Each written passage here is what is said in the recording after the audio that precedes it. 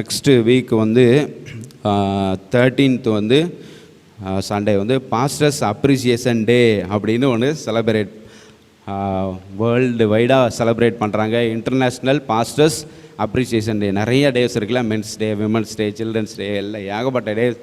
பாஸ்டருக்கு ஒரு டே இல்லையா அப்படின்னா பாஸ்டருக்கு ஒரு டே இருக்குது, அதை தெரிஞ்சுக்கோங்க. அது நெக்ஸ்ட்டு எப்போவுமே அக்டோபர் 2nd வீக்கு, அது டே வந்து கணக்கு கிடையாது, அக்டோபர் 2nd வீக்கு செலப்ரேட் பண்ணுவாங்க, அவ்வளோதான். சரியா? அக்டோபர் 2nd சண்டே எப்போவுமே பாஸ்டர்ஸ் அப்ரிசியேஷன் டே. ஸோ உங்கள் பாஸ்டர்களுக்காக என்ன பண்ணுங்கள், எனக்காகவும் உங்களுடைய ஸ்தலத்தில் நீங்கள் போகிற உங்கள் ஊரில் இருக்கிற உங்கள் பாஸ்டர்களுக்காகவும் என்ன பண்ணுங்கள், நல்லா ஜெபம் பண்ணுங்கள். கர்த்தர் உங்களை ஆசீர்வதிப்பார். ஸோ பாஸ்டருக்காக என்னென்ன காரியங்களுக்காக ஜெபம் பண்ணணும்னு ஒரு 5 காரியத்தை எழுதிட்டு வந்திருக்கிறேன்.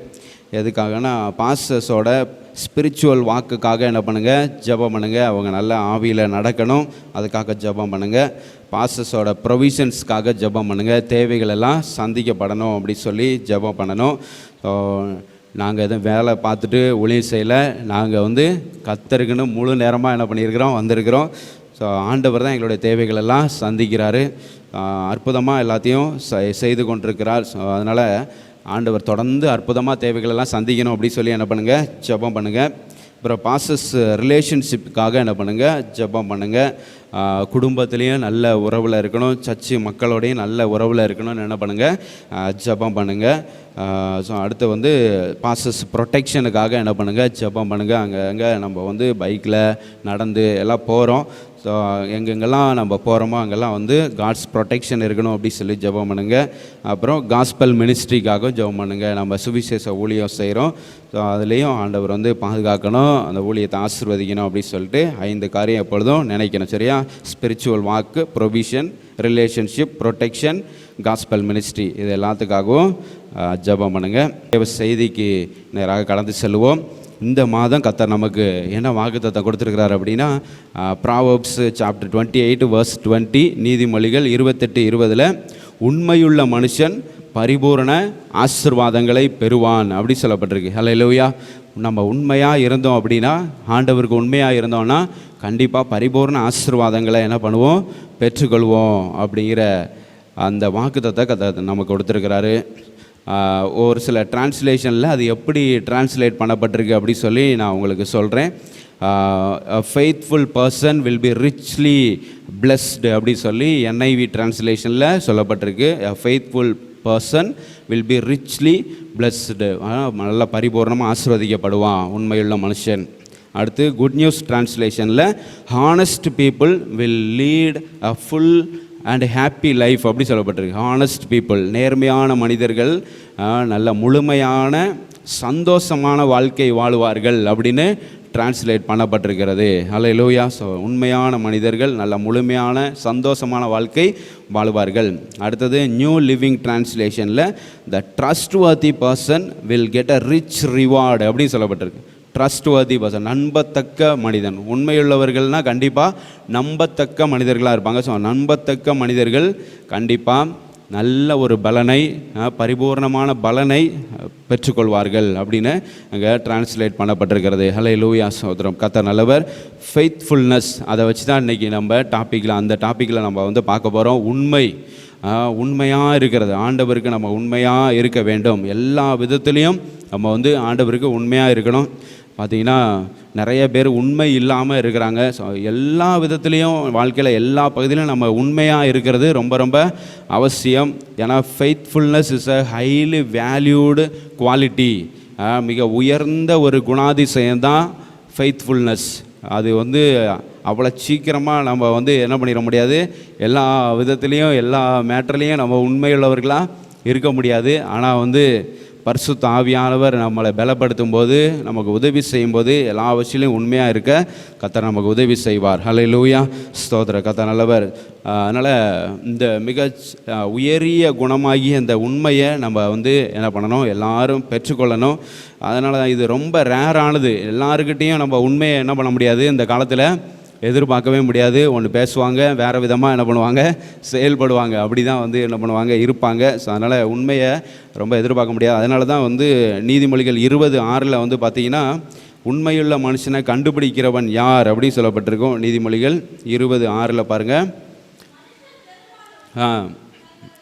தயாளத்தை பிரசித்தப்படுத்துவார்கள், உண்மையான மனுஷனை கண்டுபிடிப்பவன் யார். அல்லேலூயா.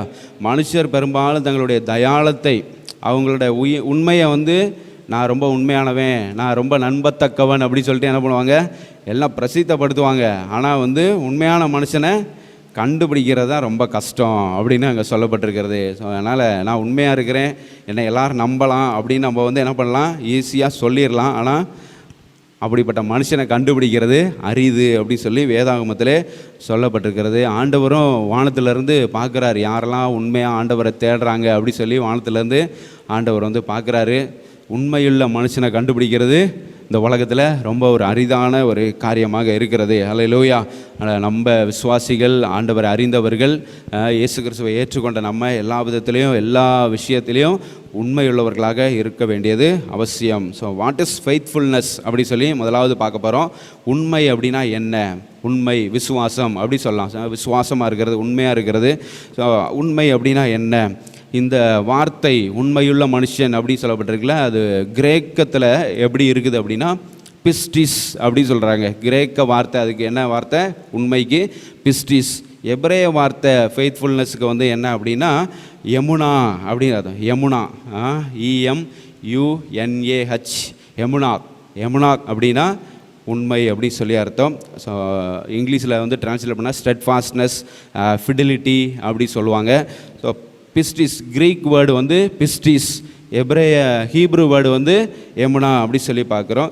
ஸோ பிஸ்டிஸ் அப்படின்னா ஃபெய்த்ஃபுல்னஸ், உண்மை அப்படி சொல்லுவோம். பிஸ்டிஸ் அப்படிங்கிறது நவுன் ஃபார்மு, அது ஃபெய்த் அப்படி சொல்கிறோம். பிஸ்டியோஸ் அப்படி சொல்கிறது possessive version of noun form, அது ஃபெய்த்ஃபுல்னஸ், உண்மையாக இருக்கிறது, உண்மையுள்ள அப்படின்னு அர்த்தம் வரும். ஃபஸ்ட்டு பிஸ்டிஸ் அப்படின்னா உண்மை, நவுன், சரிங்களா. பிஸ்டியோஸ் அப்படின்னா உண்மையுள்ள அப்படி சொல்லி அர்த்தம். அடுத்து பிஸ்டியோ அப்படின்னா அது வேர்பு ஃபார்ம். பிஸ்டியோ அப்படின்னா உண்மையாக இருக்கிற, விசுவாசமாக இருக்கிற அப்படி சொல்லி அர்த்தம், சரிங்களா. ஸோ இதெல்லாம் வேர்ட் ஸ்டடி, ஒரு வார்த்தையை எடுத்து அந்த வார்த்தையை தியானிக்கிறது. ஸோ மூல பாஷையில் நம்ம தமிழில் நம்ம உண்மையுள்ள மனுஷன், விசுவாசமானவன் இப்படிலாம் நம்ம படிச்சிருவோம். ஆனால் மூல பாஷையில் எபிரேயத்திலிருந்தும் கிரேக்கத்திலிருந்தும் தான் வேதாகமம் மொழிபெயர்க்கப்பட்டிருக்கிறது. பழைய ஏற்பாடு எபிரேயத்திலேருந்து மொழிபெயர்க்கப்பட்டிருக்கிறது, புதிய ஏற்பாடு கிரேக்க பாஷையிலேருந்து மொழிபெயர்க்கப்பட்டிருக்காது. ஸோ அந்த பாஷையில் அந்த வார்த்தைக்கு என்ன அர்த்தம் அப்படிங்கிறத நம்ம பார்த்தோம், சரிங்களா. ஸோ இதோட மீனிங் பிஸ்டிஸ் அப்படின்ற அந்த கிரேக்க பதத்துக்கு மீனிங் இங்கிலீஷில் சொல்லணும்னா ஸ்டெட்ஃபாஸ்ட்னஸ் அப்படி சொல்லலாம். ஸ்டெட்ஃபாஸ்ட்னஸ் அப்படின்னா உறுதியாக இருக்கிறது, நிலையாக இருக்கிறது அப்படி சொல்லி அர்த்தம். ட்ரஸ்ட் வர்தினஸ் அப்படி சொல்லலாம். ட்ரஸ்ட் வர்தினஸ் அப்படின்னா நம்பத்தக்கவர்களாக இருக்கிறது. அடுத்து கன்சிஸ்டன்சி அப்படின்ற மீனிங்கும் வருது. கன்சிஸ்டன்சினாலும் நிலையாக இருக்கிறது, உறுதியாக இருக்கிறது அந்த அர்த்தத்தில் தான் வரும். ஸோ உண்மை அப்படிங்கிறது அதுக்கு என்னென்ன விதத்தில் நம்ம ஆராய்ந்து பார்க்கணுமோ அதை ஆராய்ந்து பார்க்கணும். வெப்ஸ்டர்ஸ் டிக்ஷனரியும் நம்ம ரெஃபர் பண்ணி பார்த்தோம் அப்படின்னா வெப்ஸ்டர்ஸ் டிக்ஷனரியில் என்ன சொல்லப்பட்டிருக்குன்னா ஃபர்ம்லி அட்ஹியரிங் டு டியூட்டி, நம்ம கடமை செய்கிறதுல உறுதியாக இருக்கிறது, கடமையை செய்கிறதுல உறுதியாக இருக்கிறது தான் உண்மையாக இருக்கிறது. உங்களுக்கு என்ன கடமை இருக்கிறது? இந்த காலத்தில் உங்களுக்கு படிக்கிறது தான் பெரிய கடமை. ஸோ அதில் உண்மையாக இருக்கணும். வேறு எந்த ஆக்டிவிட்டீஸ்லேயும் அதிகமாக என்ன பண்ணக்கூடாது, சும்மா ஒரு பொழுதுபோக்குக்கு பண்ணலாம், ஆனால் அதிலே நம்ம ஃபுல்லாக கான்சென்ட்ரேட் பண்ணக்கூடாது. ஸோ உங்களோட கடமை என்ன, அதில் நீங்கள் அடியராக இருக்கணும், உறுதியாக இருக்க வேண்டும். அடுத்து ட்ரூ ஃபிடிலிட்டி அப்படின்னு வெப்ஸ்டர்ஸ் டிக்ஷனரியில் சொல்லப்பட்டிருக்கு. ட்ரூ ஃபிடிலிட்டி, உண்மையான விசுவாசம். உண்மையான விசுவாசம் தான் ஃபெய்த்ஃபுல்னஸ், உண்மை அப்படி சொல்லி அர்த்தம். லாயல்னா நம்பத்தக்கவர்களாக இருக்கிறது. ட்ரூ டு அலிஜியன்ஸ் அப்படி சொல்லப்பட்டு, ட்ரூ டு அலிஜியன்ஸ் அப்படின்னா உண்மை பற்று, உண்மையான விசுவாசம், விசுவாசத்திற்கு உண்மை. அதான் ட்ரூ ஃபிடிலிட்டினா என்னென்னா உண்மையான விசுவாசம்.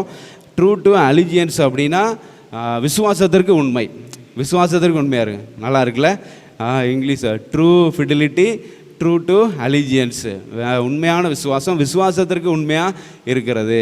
ஸோ இதெல்லாம் வந்து நம்ம கண்டிப்பாக இருக்கணும், இப்படியெல்லாம் இருக்கணும் அப்படிங்கிறதுக்காக இந்த வார்த்தைகளெல்லாம் நம்ம வார்த்தையெல்லாம் தெரியலன்னா நம்ம தெரிஞ்சுக்கணும். எல்லாம் ஸ்டூடெண்ட்ஸாக இருக்கிறீங்க, மேக்ஸிமம் நம்மளுக்கு 90% ஸ்டூடெண்ட்ஸ் தான். ஸோ அதனால் இதெல்லாம் நிறையா நீங்கள் தெரிஞ்சு கொள்ளுங்கள். ஹல்லேலூயா, ஸ்தோத்திரம். ஸோ உண்மை அப்படின்னு சொல்லிட்டு நம்ம பைபிள்லேருந்து எங்கெல்லாம் உண்மை விசுவாசம்னு படிக்கிறீங்களோ அப்போல்லாம் இந்த கிரேக்க வார்த்தை உங்களுக்கு வரணும். பிஸ்டிஸ் அப்படிங்கிற வார்த்தை உங்களுக்கு ஞாபகத்துக்கு வரணும். யமுனா அப்படின்ற வார்த்தை உங்களுக்கு ஞாபகத்துக்கு வர வேண்டும். அதுதான் மூல பாஷையில் ஒரிஜினல் லாங்குவேஜில் எழுதப்பட்டிருக்கிறது. கர்த்தர் நல்லவர். ஹல்லேலூயா, ஸ்தோத்திரம். அதுக்கப்புறம் constant in the performance of duties or services. நம்ம என்னென்ன கடமைகளை செய்கிறோம், என்னென்ன சேவைகளை செய்கிறோம், வேலைகளை செய்கிறோம், அது எல்லாத்துலேயும் கான்ஸ்டண்ட்டாக இருக்கிறது, நிலையாக இருக்கிறது. அதுதான் வந்து உண்மையுள்ளவர்களாக இருக்கிறதுக்கு அர்த்தம். ஹல்லேலூயா. Faithful person is always dependable அப்படி சொல்லுவோம். நம்ம அவரை வந்து சார்ந்து இருக்கலாம், நம்ம நம்பி இருக்கலாம். ஒரு உண்மையான பர்சனை கண்டிப்பாக நம்ம வந்து எப்படி இருப்போம், நம்பி இருப்போம். அவங்க வந்து தே will be true to their word. அவங்க சொல்கிற வார்த்தைக்கு எப்படி இருப்பாங்க, உண்மையாக ஒரு வார்த்தை சொன்னாங்கன்னா அதில் கண்டிப்பாக உண்மையாக இருப்பாங்க. இல்லை நான் சொல்லலையே அப்படின்னு என்ன பண்ண மாட்டாங்க, சொல்ல மாட்டாங்க. ஸோ இந்த காலத்தில் நிறைய பேர் வந்து என்ன சொல்லுவாங்க, நானா சொன்னேன், அப்படியா சொன்னேன், இல்லை நான் சொல்லலை அப்படின்னு என்ன பண்ணுவாங்க, நிறைய பேர் சொல்லுவாங்க. ஆனால் உண்மையுள்ள மனிதர்கள் கண்டிப்பாக அவங்க என்ன சொன்னாங்களோ அதுக்கு உண்மையாக இருப்பாங்க. அதே மாதிரி they will be diligent to fulfil their responsibilities. அவங்களுக்கு கொடுக்கப்பட்ட அந்த வேலைகள், பொறுப்புகள் எல்லாத்துலேயும் வந்து அவங்க வந்து டிலிஜெண்ட்டாக இருப்பாங்க, நல்லா உண்மையாக இருப்பாங்க. ஹல்லேலூயா, ஸ்தோத்திரம். அதனால தான் இந்த உண்மையை வந்து, இந்த விசுவாசத்தை வந்து ஆவியின் கனிகளில் ஒரு கனியாக சொல்லப்பட்டிருக்குது. கலாத்தியர் 5ஆம் அதிகாரம் 22-23 ஆவியின் கனிகள், 9 ஆவியின் கனிகள் இருக்குல்ல, அதில் ஒரு கனி வந்து என்னது, விசுவாசம். ஹல்லேலூயா, உண்மை விசுவாசம் அப்படிங்கிறது ஒரு கனி. ஸோ அதனால் உண்மையாக இருக்கிறது ரொம்ப ரொம்ப ஒரு கிறிஸ்தவனுக்கு அது மிக உரித்தான ஒரு குணாதிசயம். ஹல்லேலூயா. அந்த குணாதிசயத்தை நம்ம எல்லாரும் பெற்றிருக்க வேண்டியது ரொம்ப ரொம்ப அவசியம்.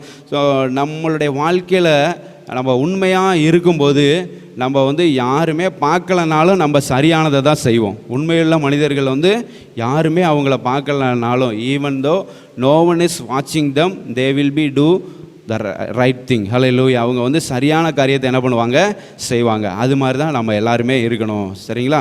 ஸோ யாருமே பார்க்கலனாலும் நம்ம நல்லதை தான் செய்யணும், சரியானதாக செய்யணும். அதுதான் உண்மையுள்ள மனிதர்களுக்கு அடையாளம். ஸோ அதுக்கு ஒரு சில உதாரணங்களை வந்து பார்த்திங்கன்னா, நீங்கள் வேலைக்கு போனீங்கன்னா உங்களோட எம்ப்ளாயர் அவர் எப்போவும் உங்களை வந்து பார்த்துக்கிட்டே இருக்கணும்னு அவசியம் இல்லை. ஸோ இங்கெல்லாம் கொத்தனார் வேலைலாம் நடந்துச்சு. ஸோ கொத்தனார் வேலைலாம் நடக்கும்போது மத்தியானம் வந்து சாப்பாட்டுக்கு டைம் வந்து 2 to 3 அந்த டைம். சில பேர் வந்து என்ன பண்ணுவாங்கன்னா 2 to 3ங்கிறது 3:30 அப்படி வர ஒரு அரை மணி நேரம் எக்ஸ்ட்ரா எடுத்தும் தூங்கிடுவாங்க. நல்லா சாப்பிட்டுட்டு என்ன பண்ணிடுவாங்க, அவங்க நல்லா வேலை செய்கிறாங்க. ஸோ அதனால் என்ன பண்ணுறாங்க, சாப்பிட்டுட்டு 1 hour டைம் பத்தாதுன்னு என்ன பண்ணிடுவாங்க, 2 to 3 சில நேரம் 3:30 வரை என்ன பண்ணிடுவாங்க, டைம் எடுத்துக்குவாங்க. ஸோ உண்மையுள்ள கொத்தனாராக இருந்தாங்கன்னா கண்டிப்பாக 2 to 3னா 2 to 3 தான். அந்த ஒரு சில மேஸ்திரியெல்லாம் நான் வந்து பார்த்துருக்கேன். அவங்களாம் கரெக்டாக அந்த டைமில் 3 மணிக்கு எல்லாம் தெரியுங்க, வேலை ஆரம்பிங்க, எல்லாம் கலவையை போடுங்க, அப்படி இப்படின்னு சொல்லிட்டு என்ன பண்ணிடுவாங்க, வேலை ஆரம்பிச்சிடுவாங்க. ஸோ அதனால் யார் வேலை கொடுக்குறாங்களோ அவங்க பக்கத்தில் இருக்காங்களோ இல்லையோ, ஆனால் உண்மையாக என்ன பண்ணணும், வேலை செய்யணும். அதுதான் உண்மையுள்ள மனுஷனுக்கு அடையாளம். ஹல்லேலூயா. ஸோ அதே மாதிரி அப்புறம் வந்து கணவன் மனைவிக்குள்ளே கண்டிப்பாக உண்மை இருக்க வேண்டும். ஒருத்தர் என்ன பண்ணணும், நம்புகிறவர்களாக இருக்கணும். அப்படி அதுக்கு தகுந்த மாதிரி நம்ம நடந்து கொள்ள வேண்டும். அதே மாதிரி குழந்தைகளும் பெற்றோர்களை நம்பணும், பெற்றோர்களும் குழந்தைகளை நம்பணும். அது மாதிரி நம்ம ஒவ்வொருவரும் இருக்கணும். அதே மாதிரி சர்ச்சு பாஸ்டரை நம்பணும், பாஸ்டர் சர்ச்சை நம்பணும். ஸோ அது மாதிரியும் நம்ம எல்லாரும் நடந்துக்கலாம், நம்பத்தக்கவர்களாக நம்ம எல்லாரும் இருக்கணும். இதுதான் கர்த்தர் நம்மிடத்தில் வந்து எதிர்பார்க்கிறார். ஏன்னா கர்த்தர் உண்மையுள்ளவராக இருக்கிறார். ஹல்லேலூயா. இயேசு கிறிஸ்து வந்து அவர் நேற்றும் இன்றும் என்றும் மாறாதவர். அப்படின்னா என்ன அர்த்தம், அவர் உண்மையுள்ளவர்னு அர்த்தம். அவர் மாறவே மாட்டார். Is unchangeable. Is the same today, yesterday, today and forever. ஹல்லேலூயா. அவர் எப்பவும் வந்து மாறவே மாட்டார். ஸோ அதே மாதிரி நம்மளும் இருக்க வேண்டும். ஹல்லேலூயா. சோதரன், இந்த உலகத்தில் வந்து பார்த்திங்கன்னா அது ரொம்ப ரேராக இருக்குது. அது வந்து ரேர் கமாடிட்டியாக மாறிடுச்சு. ஃபெய்த்ஃபுல்னஸ் அப்படிங்கிறது வந்து ஒரு ரேர் கமாடிட்டியாக மாறிடுச்சு. ஆனால் விசுவாசிகளாகிய நாம், இயேசுவை ஏற்றுக்கொண்டவர்களாகிய நம்ம எல்லாருமே we should be known for our faithfulness. ஹல்லேலூயா. நம்மளை வந்து பார்த்தாங்கன்னா உண்மையுள்ளவன் அப்படின்னு என்ன பண்ணணும், சொல்லணும். we should be famous for being faithful. நம்ம நிறையா விதத்தில் நிறைய பேர் ஃபேமஸாக இருக்கிறாங்க. ஆனால் we should be famous for being faithful. இது நல்லா இருக்குல்ல? உண்மையாக இருக்கிறதுல நம்ம ஃபேமஸாக இருக்கணும். சில பேர் வந்து வாயை திறந்தாலே வந்து என்ன தான் வரும், அடிச்சு விடுவாங்க, மலைன்னு போய் சொல்லுவாங்க. ஸோ அது மாதிரிலாம் நம்ம வந்து என்ன பண்ணக்கூடாது. ஐயோ என்னென்ன கதை சொல்கிறான் பாருங்க அப்படின்ட்டு வந்து என்ன பண்ணுவாங்க, வாயை திறந்தால் ஃபுல்லாக கதை தான், எல்லாம் ரீலாக சுற்றுவான் அப்படின்னு சொல்லிட்டு என்ன பண்ணுவாங்க, சொல்லுவாங்க. ஆனால் நம்ம வந்து அப்படி இருக்கக்கூடாது. ஹல்லேலூயா, ஸ்தோத்திரம். நம்ம வந்து we should be famous for being faithful. உண்மையாக இருக்கிறதுல நம்ம வந்து பிரபலமாக இருக்கணும். உண்மையானவர் அப்படி சொல்லிட்டு. ஹல்லேலூயா.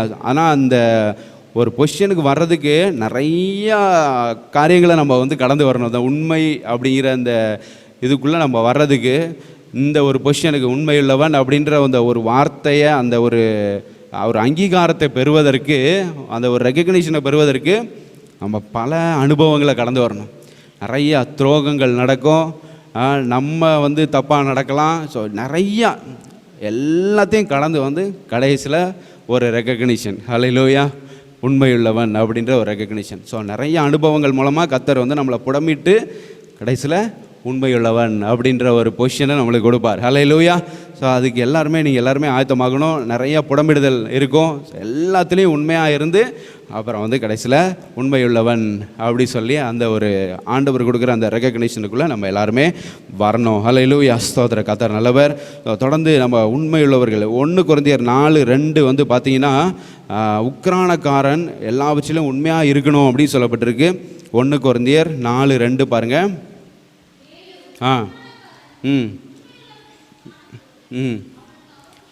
ஆமாம், உக்ரானக்காரன் வந்து எல்லாவற்றிலும் உண்மையுள்ளவன் அப்படின்னு காணப்படுவது அவனுக்கு அவசியம். ஹல்லேலூயா. உக்ரானக்காரன் அப்படின்னா இங்கிலீஷில் வந்து ஸ்டூவர்டு அப்படி சொல்லப்பட்டிருக்கோம்.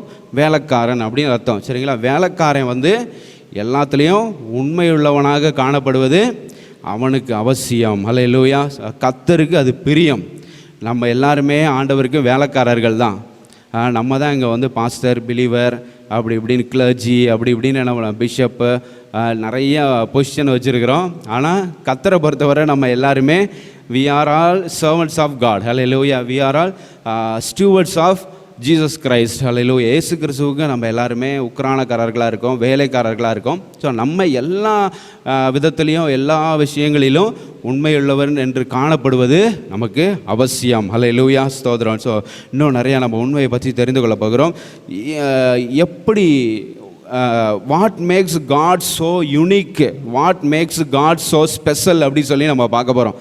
எது வந்து கர்த்தரை வந்து ரொம்ப விசேஷ விதமாக காமிக்கிறது, எப்படி நம்மளிருந்து தெய்வம் வந்து எப்படி விசேஷமானவர், எப்படி ஸ்பெஷலானவர் அப்படி சொல்லி நம்ம வந்து பார்த்தோம் அப்படின்னா, 2 விஷயம் அதில் வந்து கர்த்தர் வந்து ஸ்பெஷலாக இருப்பார். ஹல்லேலூயா. He is so unique, the Lord is so unique அப்படி சொல்லி பார்க்குறோம். அது அந்த 2 விஷயம் வந்து என்னென்னா, ஒன்று வந்து உண்மை, இன்னொன்று வந்து ஹோலினஸ், பரிசுத்தம். இது 2ம் யாருமே வந்து அவ்வளோ ஈஸியாக அக்வயர் பண்ண முடியாது. இந்த 2 குவாலிட்டியும், ஹோலினஸ், பரிசுத்தமாக இருக்கிறது ரொம்ப கஷ்டம். ஆனால் ஆவியானவர் நம்மளுக்கு என்ன பண்ணுறாரு, உதவி செய்கிறார். நம்ம வந்து அந்த ப்ராசஸில் இருக்கிறோம், பரிசுத்தமாகிக்கொண்டே இருக்கிறோம். இன்றைக்கி திருவிருந்த ஆராதனையே இருக்குது. நம்ம பரிசுத்தப்படுத்தி நாமே பரிசுத்தப்படுத்தி என்ன பண்ண போகிறோம், ஜெபம் பண்ண போகிறோம். ஹல்லேலூயா. நம்ம வந்து கண்டிப்பாக பரிசுத்த உள்ளத்தோடு, பரிசுத்த எண்ணத்தோடு தான் நம்ம இந்த திருவிருந்தை நம்ம ஆசரிக்க வேண்டும். ஹல்லேலூயா, ஸ்தோத்திரம். ஸோ அதனால் இந்த 2ம் பார்த்தீங்கன்னா கர்த்தரிடத்தில் தாராளமாக இருக்குது. அவர் பரிசுத்தம் உள்ள தெய்வம். ஹல்லேலூயா. அதே நேரத்தில் அவர் உண்மையுள்ள தெய்வம். இந்த 2 குவாலிட்டியும் நம்மகிட்ட எதிர்பார்க்குறார். நான் தேவன், நான் பரிசுத்தர், ஆகியால் நீங்களும் எனக்கேற்றபடி பரிசுத்தராக இருங்கள் அப்படின்னு ஆண்டவர் வந்து சொல்கிறாரு. ஆனால் அந்த பரிசுத்தத்துக்குள்ளே வர்றதுக்குள்ளே நம்ம பயங்கரமாக புடமிடப்படுகிறோம். நிறைய காரியங்களில் நம்ம ஆண்டவர் செதுக்கி நம்மளை பரிசுத்தமாக்கி கொண்டு இருக்கிறார். ஹல்லேலூயா, சோதரர். ஸோ மேன்மேலும் நம்ம வந்து பரிசுத்தம் அடைகிறதுல அந்த ப்ராசஸில் நம்ம இருந்து கொண்டே இருக்கணும். ஸோ எது ஆண்டவரை வந்து விசேஷித்த விதமாக காட்டுகிறது, கர்த்தர் எப்படி விசேஷமானவர் அப்படின்னா, அந்த 2 குவாலிட்டியை நீங்கள் எல்லாருமே தாராளமாக சொல்லலாம். ஒன்று உண்மை, இன்னொன்று பரிசுத்தம். இது 2லையும் ஆண்டவரை அடிச்சுக்கிறதுக்கு ஆளையே கிடையாது. ஹல்லேலூயா. ஸோ இந்த உலகத்தில் நிறையா காட்ஸ் இருக்கலாம். ஆனால் எல்லாத்துலேயும் வந்து பார்த்திங்கன்னா யார் உண்மையானவர், யார் பரிசுத்தம் உள்ளவர் அப்படின்னு சொல்லி பாருங்கள். ஏகப்பட்ட தெய்வங்கள் இருக்குது. எல்லா தெய்வத்துலேயும் யார் உண்மையாக இருக்கிறார், சொன்னதை செய்கிறது யார், அப்படிங்கிறத பார்க்கணும், ஆராய்ச்சி பார்க்கணும். நல்லா ஆராய்ச்சி பாருங்கள். சொல்கிறத செய்கிறது யார்? நான் வந்து இந்த உலகத்துக்கு வந்து எல்லா மக்களுக்காகவும் மரிப்பேன் அப்படி சொல்லி தீர்க்க தரிசனங்களால் உரைக்கப்பட்டவர் அதே காரியத்தை வந்து செய்தார். ஹல்லேலூயா. சொன்னதை ஆண்டவர் வந்து பிதா வந்து சொல்கிறாரு, அதை அப்படியே செய்கிறவர் தான் நம்முடைய இயேசு கிறிஸ்து. ஹல்லேலூயா, ஸ்தோத்திரம். கர்த்தர் நல்லவர்.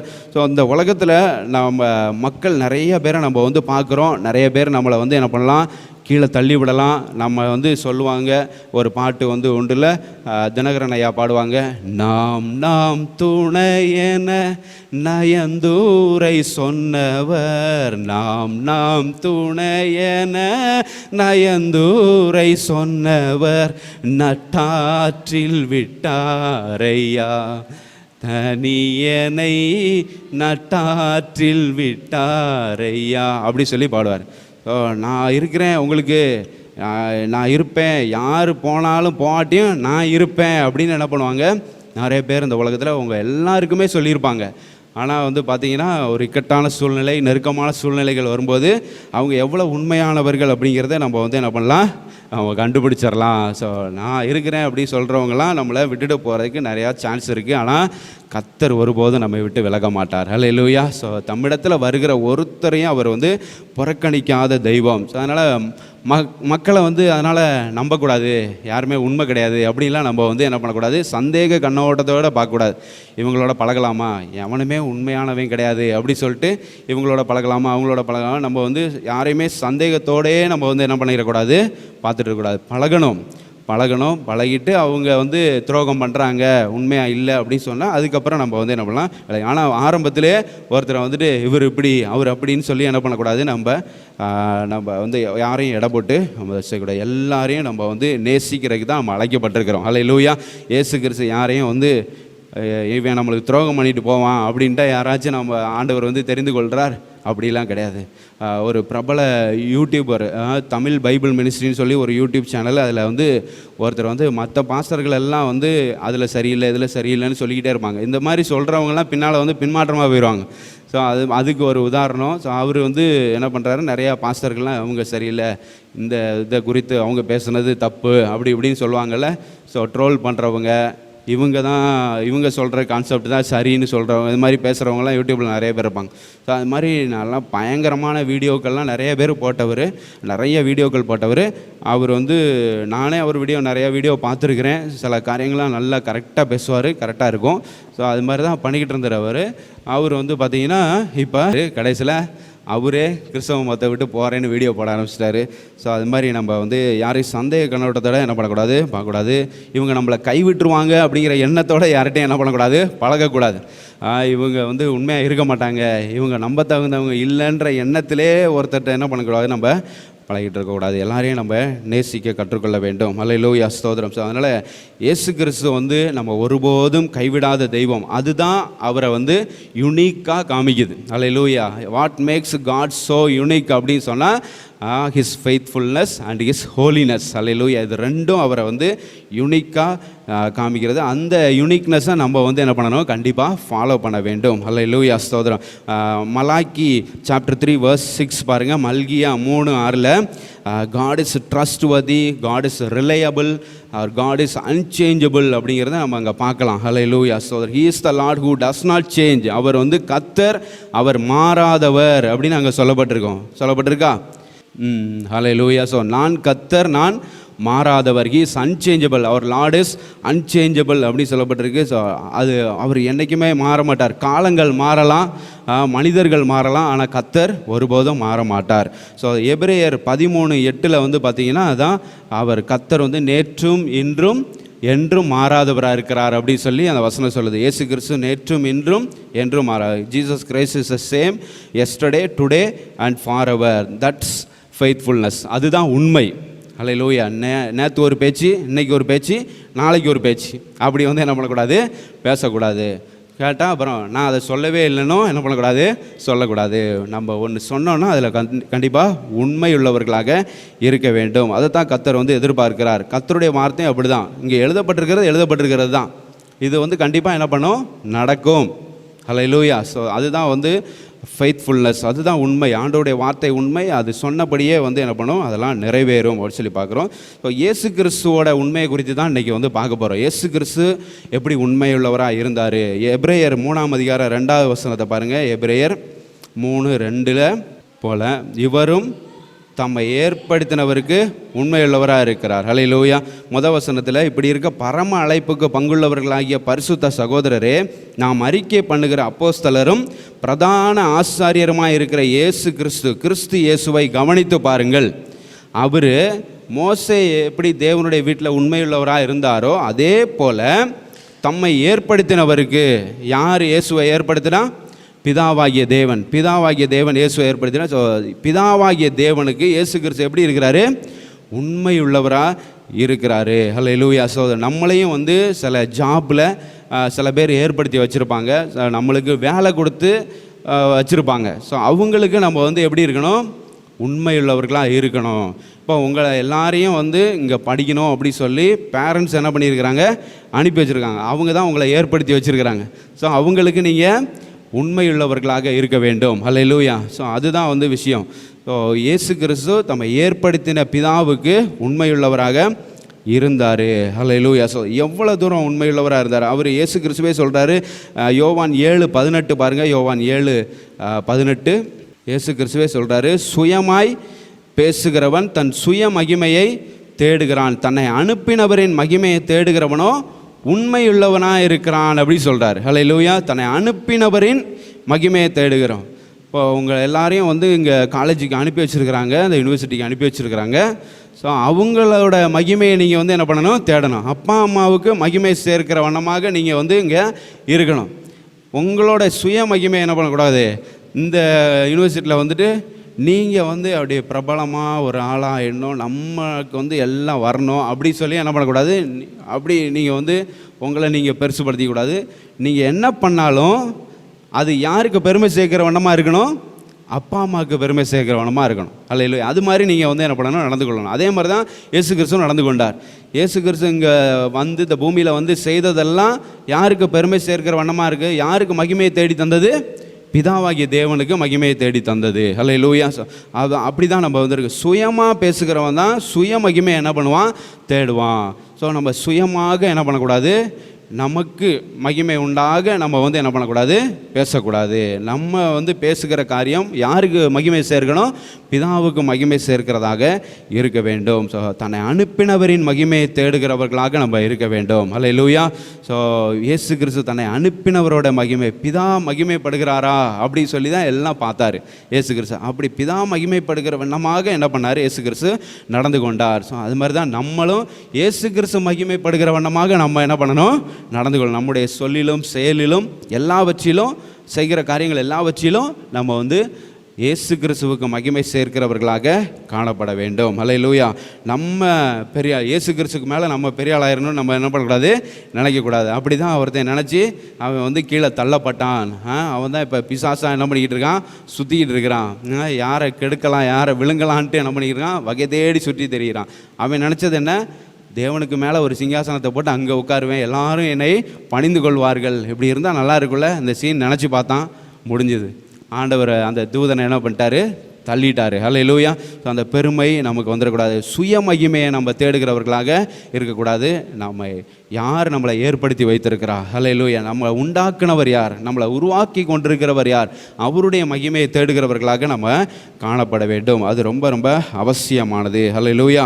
ஸோ எவ்வளோ தூரத்துக்கு ஆண்டவர் உண்மையுள்ளவராக இருந்தார் அப்படின்னா, யோவான் 4:34 பாருங்கள். எல்லாமே யோவான்லேருந்து தான் இருக்கும் இந்த மெசேஜ்.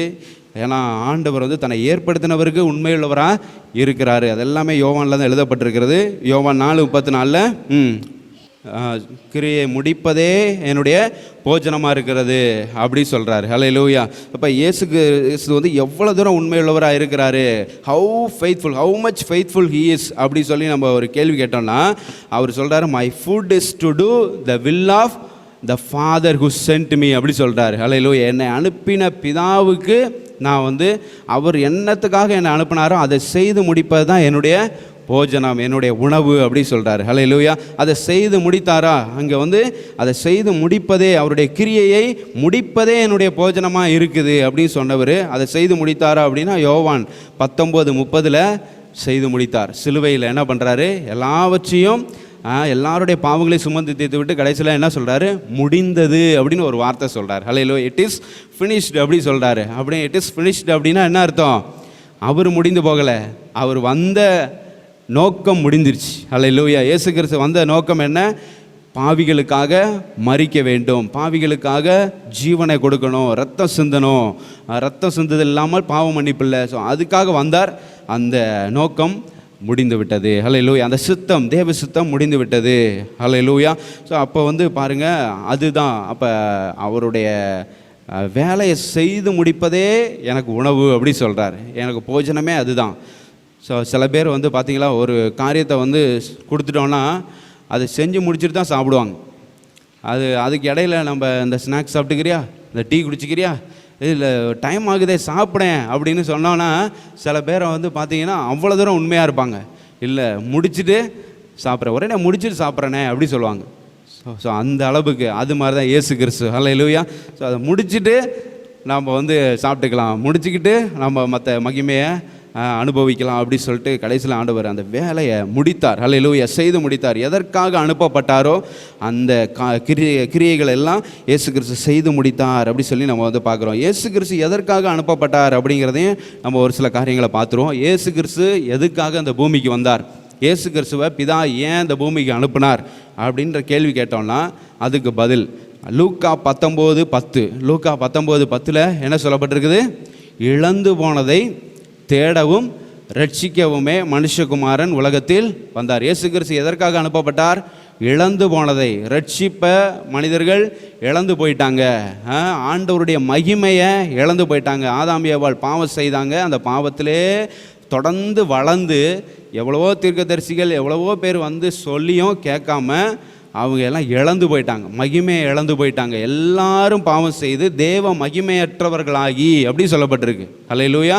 ரோமர் 3:8 எல்லாரும் பாவம் செய்து தேவ மகிமையற்றவர்களாகிட்டாங்க. ஸோ இழந்து போன அந்த மகிமையை தேடவும் ரட்சிக்கவுமே இயேசு கிறிஸ்து இந்த பூமிக்கு வந்தார். முதலாவது காரியம். ரெண்டாவது காரியம், நித்திய ஜீவனை கொடுப்பதற்காக வந்தார். யோவான் 3:16 நம்ம எல்லாத்துக்கும் தெரியும். அவரை விசுவாசிக்கிறவன் எவனோ அவன் கெட்டு போகாமல் நித்திய ஜீவனை அடையும்படிக்கு. ஹல்லேலூயா. இவ்வளவாய் உலகத்தில் அன்பு கூர்ந்தார். ஸோ இயேசு கிறிஸ்து எதுக்கு வந்தார்? நித்திய ஜீவனை கொடுக்கறதுக்கு, நித்திய ஜீவனை கொடுக்கறதுக்காக வந்தார். இன்னொன்று, to save the world through Jesus Christ. இயேசு கிறிஸ்து மூலமாக அந்த உலகத்தை வந்து ரட்சிக்கணும் அப்படி சொல்லி அது 16-17 அந்த வசனத்தில் இருக்கும் பாருங்கள். யோவான் 3 அவரின் மூலமாக உலகம்லாம் ரட்சிக்கப்படும்படி அனுப்பினார். இங்கே வந்து ஜட்ஜ்மெண்ட் கொடுக்கறதுக்காக இயேசு கிறிஸ்து வரல. அவன் எப்படி இவன் எப்படி பரிசேயன் அதை பாருங்க எல்லாம் வந்து ரொம்ப மோசமாக இருக்காங்க எல்லாம் ஜட்ஜ் பண்ணுறதுக்காக இயேசு கிறிஸ்து, நியாயம் தீர்க்கிறதுக்காக இயேசு கிறிஸ்து வரல. அதே நேரத்தில் எதுக்காக வந்தார்? இயேசு கிறிஸ்து எதுக்காக வந்தார்? உலகத்தை ரட்சிப்பதற்காக. ஹல்லேலூயா. பாவத்திலிருந்து சாபத்திலிருந்து இந்த உலகத்தை ரட்சிப்பதற்காக வந்தார். ஆக்கினை தீர்ப்புக்காக வரல, ரட்சிப்பதற்காக வந்தார். அடுத்தது மத்தேயு 20:18 வந்து பாருங்கள். மத்தேயு 20:28 மத்தேயு 20:28 எல்லாருக்காகவும் ஜீவனை கொடுக்கறதுக்காக வந்தார். படிங்க. ஊழியம் செய்யவும் அநேகரை மீட்கும் பொருளாக தன்னுடைய ஜீவனை கொடுக்கும்படியாக வந்தார். எல்லாரையும் மீட்டு கொள்ளும்படி தன்னுடைய ஜீவனை கொடுக்கும்படி. இயேசு கிறிஸ்து எதற்காக அனுப்பப்பட்டார்? எதற்காக இந்த பூமிக்கு வந்தார்? அநேகரை மீட்கும்படி தன்னுடைய ஜீவனை கொடுக்க வந்தார். To give his life as a ransom for many அப்படி சொல்லப்பட்டிருக்குது. ஹல்லேலூயா. ஒரு ரேன்சமாக தன்னோட லைஃபையே இயேசு கிறிஸ்து நமக்காக கொடுக்கறதுக்காக வந்தார். மத்தேயு 1:21 பாவங்களை மன்னிக்கிறதுக்காக வந்தார் அப்படி சொல்லப்பட்டிருக்கு. மத்தேயு 1:21 இயேசு கிறிஸ்து அவர் தமது ஜனங்களின் பாவத்தை நீக்கி அவர்களை ரட்சிப்பார். ஹல்லேலூயா. மத்தேயு 9:6 மனுஷகுமாரனுக்கு பூமியில் பாவங்களை மன்னிக்க அதிகாரம் உண்டு. இயேசு கிறிஸ்துவோட பேருக்கு அர்த்தம் வந்து என்னது? இயேசு கிறிஸ்துவோட பேரோட அர்த்தம் அவர் தமது ஜனங்களின் பாவங்களை நீக்கி அவர்களை ரட்சிப்பார் அப்படிங்கிறத. பாவங்களை நீக்கி ரட்சிக்கிற தேவன் தான் இயேசு கிறிஸ்து. அந்த இயேசு கிறிஸ்துவோட நேமுக்கோட அர்த்தம். ஸோ அதை வந்து 9:6 வந்து கிளியர் பண்ணுறாரு. மனுஷகுமாரனுக்கு பூமியில் பாவங்களை மன்னிக்க மனுஷகுமாரனுக்கு அதிகாரம் உண்டென்று நீங்கள் அறியவில்லையா அப்படி சொல்லி கேட்குறார். ஹல்லேலூயா. ஸோ அப்போ வந்து பாருங்கள், பாவங்களை மன்னிப்பதற்காக வந்தார். லேவியராகமம் 17:11 மாம்சத்தின் உயிர் இரத்தத்தில் இருக்குது. ஸோ அதனால் வந்து நீங்கள் வந்து உங்களுக்கு மிருக ஜீவன்களை வந்து எதுக்கு கொடுத்துருக்குறேன் அப்படின்னா, உங்களோட பாவ நிவர்த்தி பண்ணுறதுக்கு பலியாக நீங்கள் வந்து மிருக ஜீவனோட ரத்தத்தை வந்து என்ன பண்ணலாம், பயன்படுத்திங்க. நீங்கள் மிருக ஜீவனை வந்து பலியிட்டிங்கன்னா அந்த ரத்தம் பாவங்களை என்ன பண்ணும், நிவர்த்தி செய்யும் அப்படி சொல்லி லேவியராகமம் 17:11 நம்ம வந்து வாசிக்கிறோம்.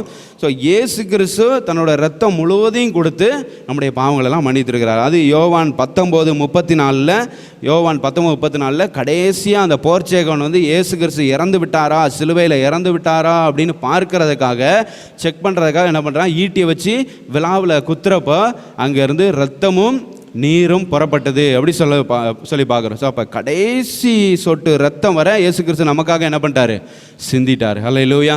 ஸோ அப்போ ரத்தம் சிந்தது இல்லாமல் பாவ மன்னிப்பு இல்லை அப்படின்னு அந்த தீர்க்க தரிசனம், அந்த நியாயப்பிரமாணம் இங்கே வந்து நிறைவேறுகிறத நம்ம வந்து பார்க்குறோம். ஹல்லேலூயா. இயேசு கிறிஸ்து எதுக்கு வந்தார் அப்படின்னா, நிறையா காரியங்களை நம்ம வந்து பார்த்தோம். இழந்து போனதை தேடவும் ரட்சிக்கவும் இயேசு கிறிஸ்து வந்தார்.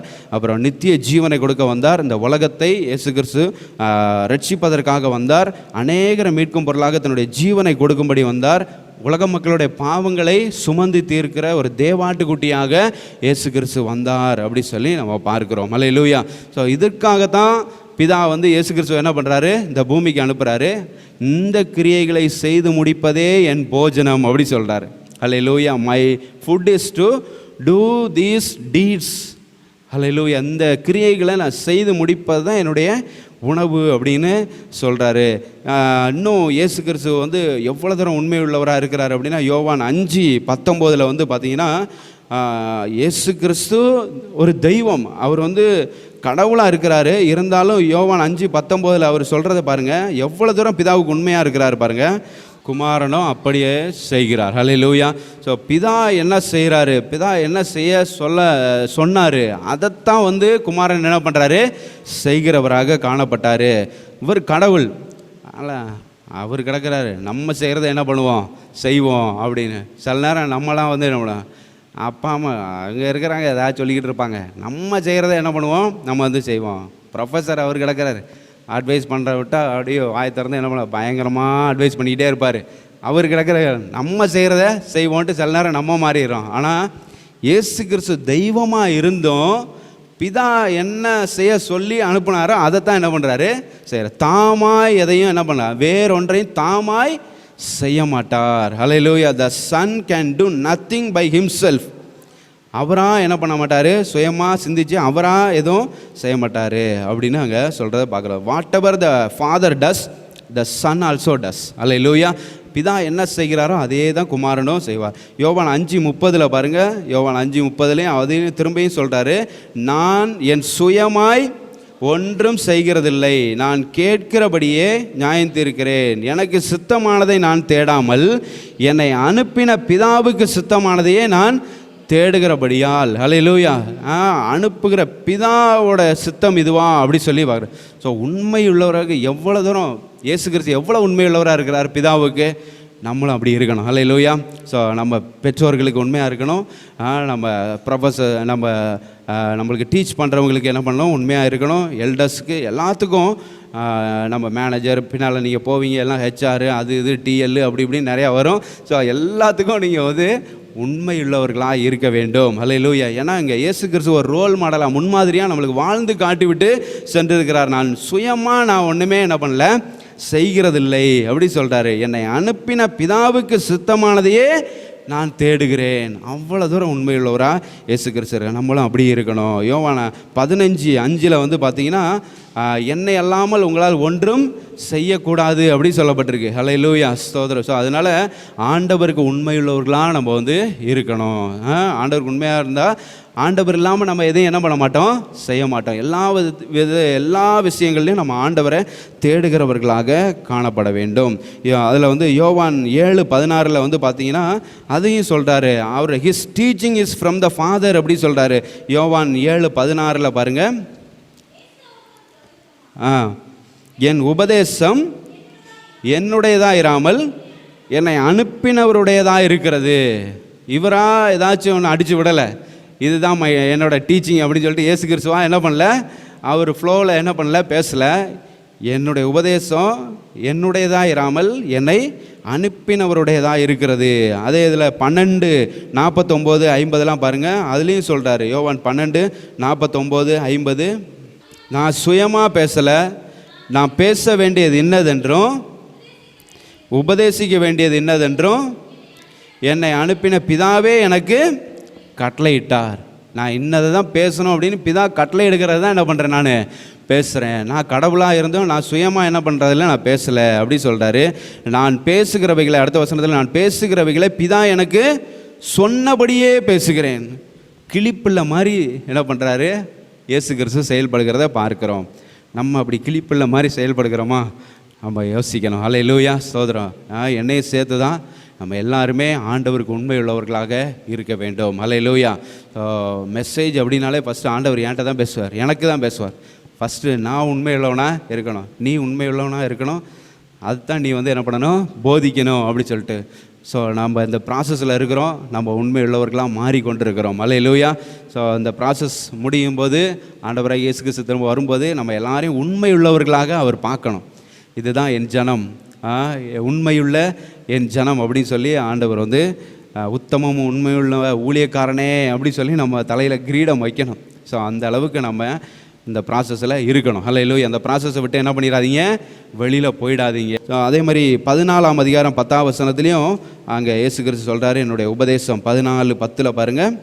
14:10, நான் பிதாவிலும் நான் உங்களுடனே சொல்லுகிற வசனங்களை என் சுயமாக சொல்லலை. அல்லேலூயா. இந்த கிரியைகளை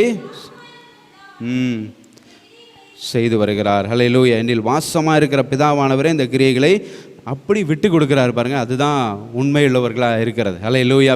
பிதாவுக்கு தன்னை அப்படியே விட்டு கொடுக்குறாரு பாருங்கள். நீங்கள் செய்யுங்க.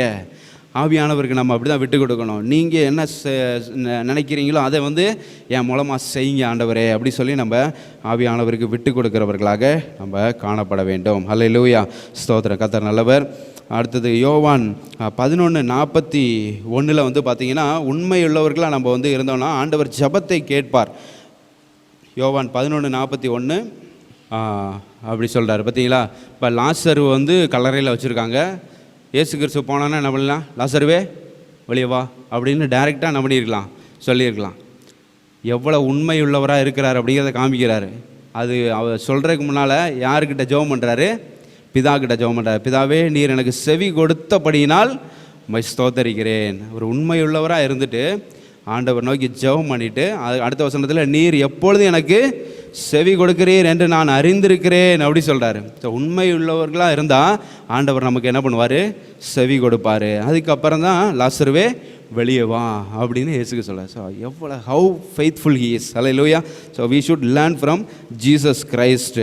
அடுத்ததாக நம்ம பார்க்க போகிறது, இயேசு கிறிஸ்து மேலே விசுவாசம் உள்ளவர்கள், இயேசு கிறிஸ்து உண்மையாக ஃபாலோ பண்ணுறவங்களுக்கு இந்த குணாதிசயம்லாம் இருக்கும் அப்படி சொல்லி ஒரு 7 காரியத்தை பார்க்க போகிறோம். அதோட முடிஞ்சுது. வேகமாக சொல்லிடுவேன், நோட் பண்ணுறவங்க நோட் பண்ணிக்கோங்க. அல்லேலூயா. ஸோ ஒரு 5 நிமிஷத்தில் 7 காரியத்தை சொல்ல போகிறேன்.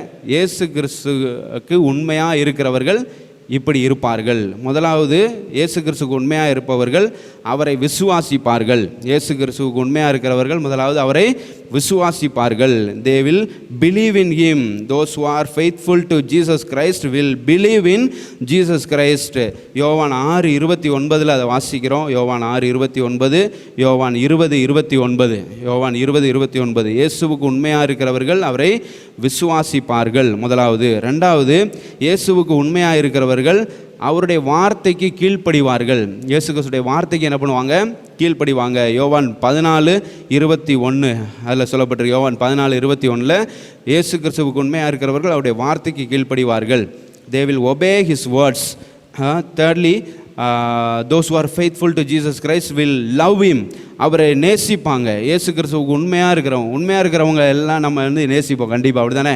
உண்மையுள்ள ஒரு மனுஷனை நீங்கள் பார்த்தீங்கன்னா எல்லாத்துலேயும் பர்ஃபெக்டாக இருக்கார், உண்மையாக எல்லாத்தையும் பண்ணுறாரு அப்படின்னா கண்டிப்பாக அவரை எல்லாரும் நம்ம என்ன பண்ணுவோம், நேசிப்போம். ஸோ அதனால் இயேசு கிறிஸ்து எல்லாம் பர்ஃபெக்டாக எல்லாமே பண்ணிட்டு போயிருக்காரு. ஏன் மக்கள் அவரை நேசிக்க மாட்டுறாங்க? நம்ம நேசிக்கணும். ஹல்லேலூயா. இயேசு கிறிஸ்துவுக்கு உண்மையாக இருக்கிறவர்கள் அவரை நேசிப்பாங்க. யோவான் 15:9 அதை நம்ம வந்து பார்க்குறோம். யோவான் 15:9 இயேசு கிறிஸ்துவ அவங்க நேசிப்பாங்க கண்டிப்பாக. அடுத்ததாக இயேசு கிறிஸ்துவுக்கு உண்மையாக இருக்கிறவங்க தே வில் என்டியூர் சஃபரிங், அவர்கள் வந்து பாடுகளை சகிக்கிறவர்களாக இருப்பாங்க. உண்மையுள்ள ஒரு மனிதனை நீங்கள் வந்து பின்பற்றி போகிறீங்க அப்படின்னா, ஒருத்தருக்கு வந்து உண்மையாக இருக்கிற ஒருத்தருக்கு வந்து பின்பற்றி போகணும் அப்படின்னா எல்லா பாடுகளையும் சகித்து கொண்டு தான் என்ன பண்ணணும், போகணும். நம்மளுக்கு அப்படி மாலை மாலையாக போடுவாங்கன்னு எதிர்பார்க்க முடியாது. ஒரு கட்சி தொண்டனுக்கே அப்படிலாம் கிடையாது. அப்படிங்கிறப்ப பரமபிதாவுக்கு நம்ம வந்து என்ன பண்ணுறோம், ஃபாலோவர்ஸாக இருக்கிறோம். ஹல்லேலூயா. இயேசு கிறிஸ்துவை நம்ம வந்து ஃபாலோ பண்ணுறோம்.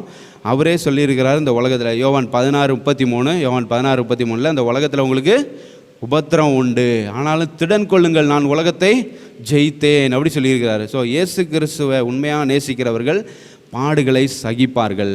நம்ம உண்மையாக இயேசு கிறிஸ்துவை நேசிக்கலைன்னா ஒரு சின்ன பிரச்சனை வந்தால் என்ன பண்ணிடுவோம், ஆளை விடுங்கடா சாமி, இயேசு கிறிஸ்துவை ஃபாலோ பண்ணதும் போதும், பிரச்சனை வந்ததும் போதும் அப்படின்ட்டு என்ன பண்ணிடுவாங்க, எஸ் ஆயிடுவாங்க. நம்ம அப்படி இருக்கக்கூடாது. உண்மையாக இயேசு கிறிஸ்துவை பின்பற்றுகிறவர்கள், உண்மையாக இயேசு கிறிஸ்துவை நேசிக்கிறவர்கள் கண்டிப்பாக பாடுகளை சகிக்கிறவர்களாக இருப்பாங்க. அடுத்ததாக இயேசு கிறிஸ்துவை உண்மையாக உண்மையாக பின்பற்றுகிறவர்கள் they will not follow the world, உலகத்தை என்ன பண்ண மாட்டாங்க, பின்பற்ற மாட்டாங்க. ஜான் சாப்டர் 17:14-17, யோவான் 17:14-17 அவங்க வந்து என்ன பண்ண மாட்டாங்க, உலகத்தை பின்பற்றுகிறவர்களாக இருக்க மாட்டாங்க.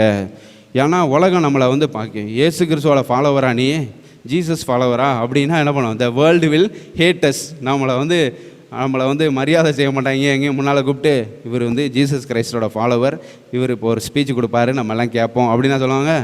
இங்கிட்ட ஓரமாக எங்கிட்டாச்சும் கண்டுக்கவே மாட்டாங்க, நம்ம இயேசு கிறிஸ்துவோட ஃபாலோவர். ஸோ உலகம் நம்மளை பகைக்கும், அதனால் நம்ம அந்த உலகத்தை என்ன பண்ணுறதில்ல, நம்ம ஃபாலோ பண்ணுறதில்ல. ஏன்னா இது சின்ஃபுல் வேர்ல்டு, அதனால் இந்த சின்ஃபுல் வேர்ல்டை நம்ம கண்டிப்பாக ஃபாலோ பண்ணுறதில்ல. இயேசுக்கு உண்மையாக இருக்கிறவர்கள் கண்டிப்பாக உலகத்தை பின்பற்ற மாட்டார்கள். அடுத்ததாக 6th பாயிண்ட் வந்து they will live in unity. இயேசு கிறிஸ்துவை நேசிக்கிறவர்கள், இயேசு கிறிஸ்துவை உண்மையாக பின்பற்றுகிறவர்கள் ஒற்றுமையாக இருப்பாங்க, ஒற்றுமையாக வாழ்வாங்க.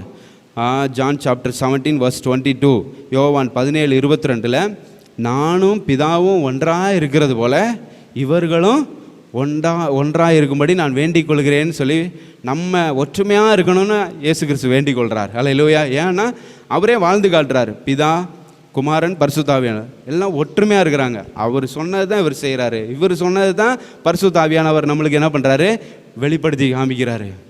சகல சத்தியத்துக்குள்ளும் எப்படி யார் சொன்னது தான் வெளிப்படுத்துகிறார், இயேசு கிறிஸ்து சொன்னது தான் நம்மளுக்கு வெளிப்படுத்துகிறார். ஸோ அவங்க எப்படி ஒற்றுமையாக இருக்கிறாங்க. ஸோ அது ஒரு ரோல் மாடலாக நம்ம வந்து ஃபாலோ பண்ணணும். So we should live in unity. ஹல்லேலூயா. இயேசு கிறிஸ்துவை உண்மையாக நேசிக்கிறவர்கள், உண்மையாக பின்பற்றுகிறவர்கள் ஒற்றுமையாக இருப்பாங்க. அடுத்ததாக இயேசு கிறிஸ்துவை உண்மையாக பின்பற்றுகிறவர்கள் அவரை மறுதலிக்க மாட்டாங்க, அவருக்காக ஜீவனையும் கொடுப்பாங்க. கடைசியாக இயேசு கிறிஸ்துவை உண்மையாக நேசிக்கிறவங்க, இயேசு உண்மையாக பின்பற்றுகிறவர்கள் அவரை மறுதலிக்க மாட்டார்கள். பேதுரு என்ன பண்ணார், 3 முறை மறுதலித்து விட்டார். ஆனால் இயேசு கிறிஸ்துவுக்காக அவர் மரிக்க ஆயத்தமாக இருந்தார். ஹல்லேலூயா. யோவான் 18:27, அதில் மார்க் 14:31 அவர் சொல்கிறாரு. மார்க் 14:31 பேதுரு வந்து சொல்கிறாரு, நான் உண்மை என்ன பண்ண மாட்டேன். மார்க் 14:31 பாருங்கள். 14:31 நான் உம்மோடே மரிக்க வேண்டியதாக இருந்தாலும் உம்மை மறுதலிக்க மாட்டேன் என்று உறுதியாக சொன்னான். எல்லாரும் அப்படியே ஃபஸ்ட் ஆளாக வந்து சொல்லிட்டாரு, நான் எல்லாம் உமக்காக உம்மோட மரிக்க வேண்டியதாக இருந்தாலும், உன் பக்கத்தில் என்னை சிலுவையில் அறையிறாங்க அப்படின்னா நான் ரெடி, நான் இருப்பேன் அப்படின்னு என்ன பண்ணுறாரு, சொல்கிறாரு. உம்மோட மரிக்க வேண்டியதாக இருந்தாலும் உண்மை என்ன பண்ண மாட்டேன், மறுதலிக்க மாட்டேன். ஆனால் என்ன பண்ணிடுறாரு, 3 தடவை மறுதலிச்சிடுறாரு. ஆனால் கடைசியில் யோவான் 21:18-19 பார்த்தீங்கன்னா, யோவான் 21:18-19 பேதுரு எப்படி மரணம் அடைவார்னு இயேசு கிறிஸ்து சொல்கிறார்.